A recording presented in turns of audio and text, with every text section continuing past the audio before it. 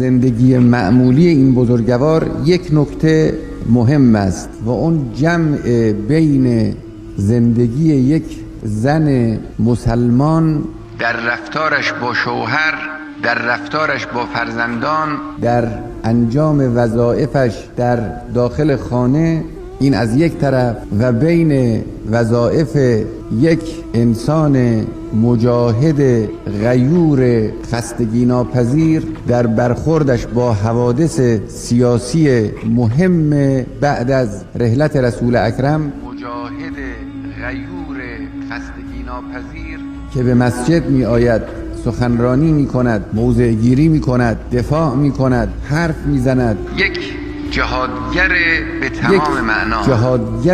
به تمام معنا، خستگی ناپذیر، مهنت پذیر، سختی تحمل کن.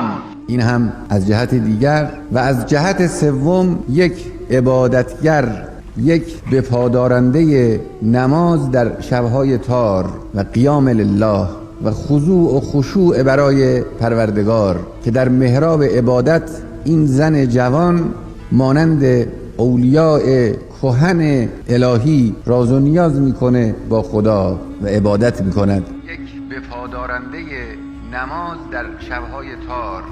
این سه بعد را با هم جمع کردن، این اون نقطه درخشان زندگی فاطمه زهرا علیها السلام است. این سه چیز را از هم جدا نکرد فاطمه زهرا سلام الله علیها. بعضی خیال میکنند اون انسانی که مشغول عبادت است یک عابد و متضرع و اهل دعا و ذکر است، نمیتواند یک انسان سیاسی باشد. یا بعضی خیال میکنند اون کسی که اهل سیاست است، چه زن و چه مرد، و در میدان جهاد فی سبیل الله حضور فعال دارد، نمیتواند اگر زن است یک زن خانه باشد، با وظایف مادری، با وظایف همسری، با وظایف کدبانویی خانه.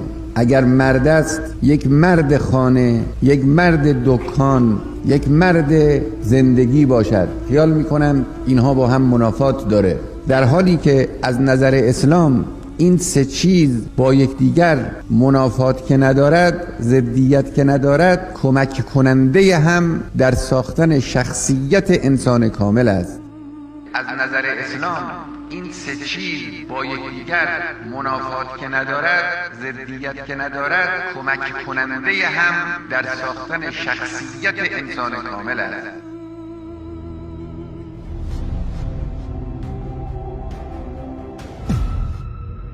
اینجا مرکز مقاومت است.